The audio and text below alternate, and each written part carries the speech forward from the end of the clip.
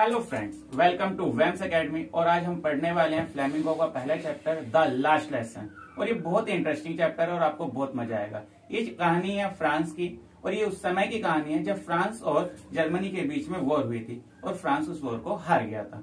तो उसके बाद की एक छोटी सी कहानी है। और क्या होता है जब आपकी कंट्री गुलाम होती है, आप किसी और कंट्री के पावर में होते हैं, तो आपको क्या क्या चीजें झेलनी होती है, ये उसी के बेसिक कहानी है। चलिए स्टार्ट करते हैं इसे मेन कैरेक्टर से, लिटिल फ्रांस। फ्रांस इस कहानी का मेन कैरेक्टर है जो जिसके इर्द गिर्द सारी कहानी घूमेगी। तो स्टार्ट करते हैं उसी से। एक्चुअली दैट डे ही started very late for school. उसने बहुत लेट वो स्कूल के लिए घर से निकला था। कई बार आप लोग जैसे हम लोग लेट हो जाते थे, वो भी आज लेट निकला था। और वो थोड़ा डरा हुआ था कि कहीं जो मिस्टर हेमल है वो उसे डांटेंगे तो नहीं, पीटेंगे तो नहीं, क्योंकि वो एक स्ट्रिक्ट टीचर थे। और वो स्कूल जाने की नहीं सोच रहा था उस दिन। एक और रीजन था, क्योंकि उन्होंने पार्टिसिपल्स के रूल सुनने के लिए बोला था और उसे तो पहला वर्ड भी नहीं आता था। तो जब वो स्कूल की तरफ बढ़ रहा है तो उसे और चीजें दिखाई देती है, टेम्पटिंग थिंग्स दिखाई देती है और उसे लगता है आज वो स्कूल ही ना जाए। जैसे वेदर बहुत वार्म था उस दिन और उस दिन प्रेसियन सोल्जर ड्रिलिंग कर रहे थे, तो उसे लगता था आज पूरा दिन बाहर बिताता हूँ और स्कूल नहीं जाता। फिर भी वो किसी तरीके से उन सभी टेम्पटेशंस को रेजिस्ट करता है और आगे की तरफ भागता है। तभी रास्ते में एक टाउन हॉल आता है। टाउन हॉल पर एक बुलेटिन बोर्ड लगा हुआ था। जनरली सारी न्यूज जो होती थी, अच्छी बुरी सभी तरह की न्यूज वहीं से आती थी। और उस दिन बिना रुके ही थॉट टू हिमसेल्फ, वो सोचने लगा, रुका नहीं क्योंकि लेट हो रहा था, कि अब कौन सी बैड न्यूज आई होगी, अब क्या हो गया। मगर वो नहीं रुका और भागता रहा। तभी एक ब्लैक स्मिथ जो वहां पर ऑलरेडी खड़ा था, उसकी आवाज आई, हे बाब क्यों इतना तेज भाग रहे हो, अभी तुम्हारे पास बहुत टाइम है। मगर उसे लगा कि मैं लेट हो रहा हूं, इसलिए वो मेरा मजाक उड़ा रहा है। तो इसी तरीके से भागता भागता वो अपने स्कूल के पास पहुंचा। और जब वो स्कूल के पास था, उस गली में पहुंचा, तो आज उसे कुछ अलग लगा। बहुत स्ट्रेंज एटमॉस्फेयर था और वो कंफ्यूज हो रहा था ये कैसे पॉसिबल हुआ। क्योंकि आज जो स्कूल का माहौल था ना, जैसे आप लोग स्कूल जाते हो तो सब कुछ डिफरेंट होता है, तेज तेज आवाजें आती हैं और शोर मच रहा होता है, हसल बसल बहुत चीजें होती है। मगर आज जो स्कूल के जो हालात थे यार, वो कैसे थे समझिएगा उसे। It was like Sunday morning, बिल्कुल संडे मॉर्निंग जैसे। तो कोई आवाज नहीं थी। चलिए किसी तरीके से वो एमएमएल के गार्डन में, फिर क्लासरूम के बाहर पहुंचा। और जब उसने अंदर देखा, he was surprise. Actually every student, every one was on his seat. हर कोई अपनी सीट पर था और वो कंफ्यूज हो गया। कंफ्यूजन बढ़ती जा रही है। शुरू से आप देखिएगा कि भाई टाउन हॉल पर क्यों थे लोग, क्या पढ़ रहे थे वो। सेकंड, आज ये सब कुछ इतना शांत क्यों था। थर्ड, सब अपनी सीट्स पर थे, सभी क्या थे, बहुत उदास दिखाई दिए उसे। और फिर उससे ज्यादा इंटरेस्टिंग चीज और कंफ्यूजिंग चीज और मिस्टीरियस थिंग उसने देखी कि जो मिस्टर हैमल थे, आज उन्होंने अपनी स्पेशल ड्रेस पहनी थी जो प्राइज डेज, इंस्पेक्शन डेज पर वो जनरली पहना करते थे। तो आप अंदाजा लगा सकते हैं, जब आप लेट हो जाओ स्कूल के लिए, तो फ्रांस कहता है कि जब आप लेट हो जाओ स्कूल के लिए और शोर हो रहा हो, सब इधर उधर भाग रहे हो, तो कोई नोटिस नहीं करता। बट जब बहुत शांत हो, सब अपनी सीट्स पर हो, कितनी दिक्कत आती है। तो वो कहता है कि how I was blushed, you can imagine, कि मैं कितना ब्लश था, मुझे कितनी दिक्कत हुई थी, आप अंदाजा लगाइए। और उसे अंदर जाना पड़ा। आज एक और अलग चीज हुई, एम हेमल ने उन्हें नहीं डांटा, मिस्टर हेमल ने उन्हें नहीं डांटा और उन्हें कहा कि हम तुम्हारे बिना लेसन स्टार्ट करने वाले थे, जल्दी से अपनी सीट पर बैठ जाओ। अभी उसकी सारी कंफ्यूजन दूर हुई भी नहीं थी कि वो पीछे क्या देखता है। बैक बेंचेस जो जनरली एम्प्टी होती थी, वहां देखता है कि विलेजर्स बैठे हुए थे, गांव के बड़े लोग, ओल्ड मैन। क्यों बैठे हुए थे अब ये समझ नहीं आ रहा। एक मिस्टीरियस होता जा रहा है उसके लिए, सारी चीजें एक मिस्ट्री बनती जा रही है। ये सब हो क्या रहा था आज, पूरा दिन जो सुबह से उसका था अभी तक मिस्टीरियस रहा। चलिए वो बैठ गया और उसके मन में सब ये बातें चल ही रही थी। तभी एमएमएल स्टार्ट होते हैं। Hello everyone, this is the last lesson I will teach you today. The order has come from Berlin. Only German will be taught in the school of Alsace and Lorraine. और वो उस order के बारे में बताते हैं जो Germany से आया था। कंट्री इनकी थी, ऑर्डर जर्मनी से आया था कि अब उन दो डिस्ट्रिक्ट्स में उन्हीं की लैंग्वेज नहीं पढ़ाई जाएगी, जर्मन पढ़ाई जाएगी। और वो जो मास्टर है जो जर्मन पढ़ाएगा वो कल अगले दिन से आ जाएगा। What are thunder clapping words were to France those were. और वो शब्द जो थे ना, वो बहुत थंडर क्लैपिंग वर्ड्स थे। ये क्या हो गया, एकदम फ्रांस को लगा ये क्या हो गया। अच्छा अब उसे समझ आ रहा है, टाउन हॉल पर ये पढ़ रहे थे लोग, अब समझ आ रहा है बैक बेंचेस पर विलेजर्स क्यों बैठे हुए हैं। वो 40 साल की सर्विसेज के लिए एक तरह से थैंक्स बोलने आए थे, अच्छा, अब समझ आ रहा है ये पुअर मैन, ये जो एम हेमल थे क्यों खड़े थे आज इस सुंदर सी ड्रेस में, क्योंकि उनका तरीका था लास्ट क्लास को रिस्पेक्ट देने का। तो अचानक से उसमें एक ट्रांसफॉर्मेशन आया, जो लैंग्वेज, जो टीचर बहुत क्रैंकी लगता था, पसंद नहीं था, ही हेट्स, अचानक से वो टीचर पसंद आने लगा सिर्फ इन शब्दों की वजह से कि अब से उसे ये लैंग्वेज सीखने को नहीं मिलेगी। ह्यूमन टेंडेंसी देखिए ना, आपकी समझ आई, we don't value things when we have it, but when we lose it we value it.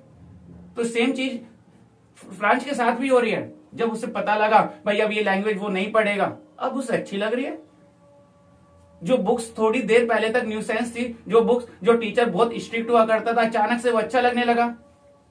और जब वो इस सब के बारे में सोच ही रहा था, तभी आवाज आती है, पार्टिसिपल्स के रूल सुनाने थे, उसका नंबर आ जाता है और उसे नहीं आते थे, और वो ही वॉज ओवरवेल्म्ड। आज वो सुनाना चाहता था, वो चाहता था कुछ हो जाए ऐसा कि मैं रूल सुना दूं, मगर ये हमारी हिंदी फिल्मों की कहानी नहीं थी कि कुछ जादू हो जाएगा। And he got mixed up in the starting, और शुरुआत में कंफ्यूज हो गया और डेस्क पकड़कर नीचे देखने लगा। एम हेमल उससे कहते हैं नहीं, तुम्हें जितना बुरा लगना था लग गया, और एम हेमल बताते हैं अकेले तुम रिस्पॉन्सिबल नहीं हो इस चीज के लिए। This is the problem of else's, because else's जो है वो she puts of things for tomorrow, कल के लिए टालती है वो चीजों को। और तुम अकेले रिस्पॉन्सिबल नहीं हो, तुम्हारे पेरेंट्स भी रिस्पॉन्सिबल है, क्योंकि वो भी तुम्हें फार्म पर भेजना ज्यादा पसंद करते थे कि थोड़ा पैसे मिल जाएंगे। और फिर एम हेमल देखिएगा, मिस्टर हेमल का कैरेक्टर देखिएगा यहाँ, वो कहते हैं आई एम टू ब्लेम, मुझे भी तो ब्लेम करो। जब मुझे मछली पकड़ने के लिए, फिशिंग के लिए जाना होता था, मैं तुम्हें छुट्टी दे देता था, और कभी कभी तुम्हारा लेसन ना पढ़ाकर मैं तुमसे अपने पौधों में पानी भरवाता था। और उसके बाद वो फ्रेंच लैंग्वेज की बात करते हैं, बताते हैं, देखिएगा फ्रेंच लैंग्वेज से उनका प्यार, कि फ्रेंच लैंग्वेज दुनिया की सबसे सुंदर लैंग्वेज है, मोस्ट लॉजिकल लैंग्वेज है।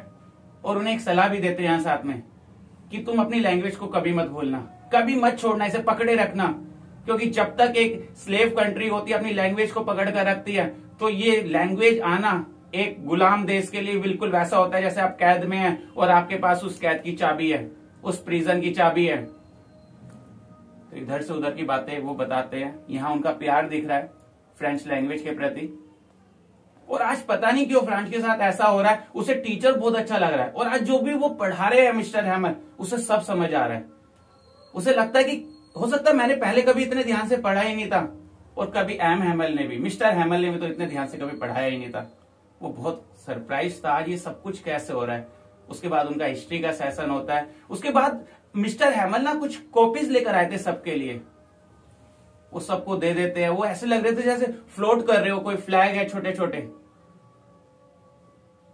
तो यहां आप देख पा रहे हैं एक डिसीजन ने, एक ऑर्डर ने कितना सब कुछ चेंज कर दिया था।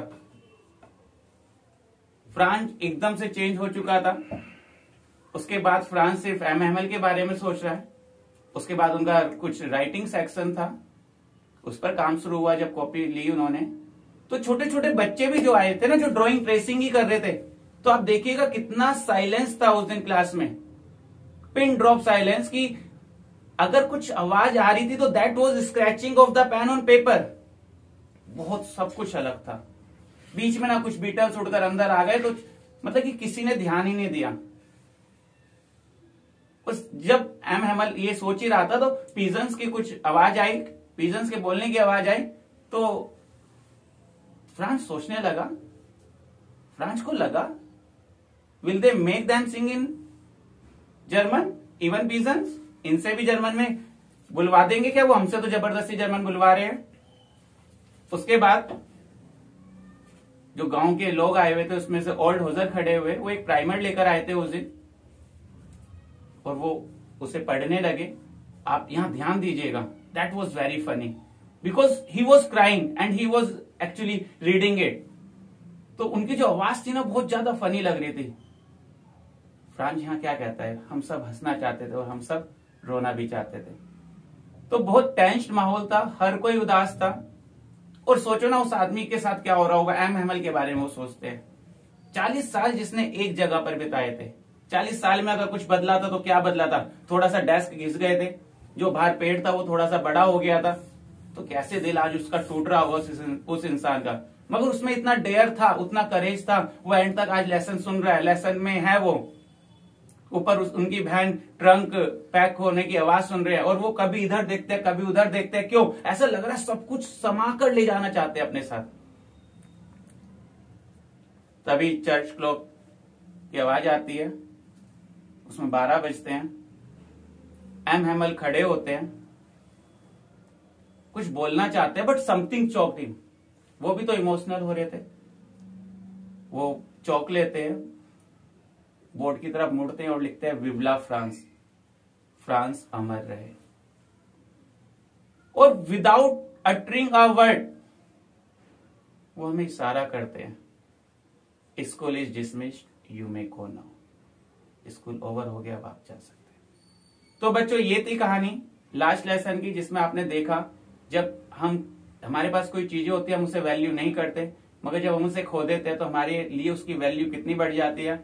यहाँ पर मैंने मेन पॉइंट्स कुछ दिखाए आपको कि क्या हुआ था। फ्रैंको प्रेसियन वॉर हुआ था, फ्रांस डिफीट हुआ उसमें, और जो एल्सेस एंड लॉरेन की डिस्ट्रिक्ट थी वो प्रेसियन हैंड्स पे चली गई। स्कूल के चेंजेस पर आप थोड़ा ध्यान दीजिएगा। संडे मॉर्निंग जैसे था, और जो मिस्टर हैमल थे उन्होंने स्पेशल ड्रेस पहना था।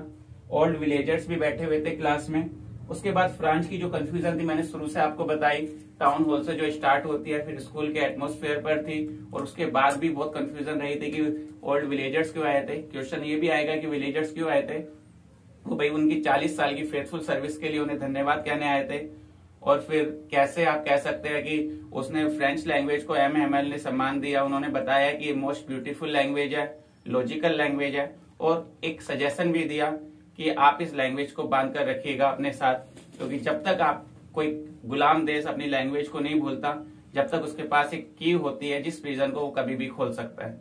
तो ये बहुत इंपॉर्टेंट चैप्टर है, बहुत सुंदर सी कहानी है।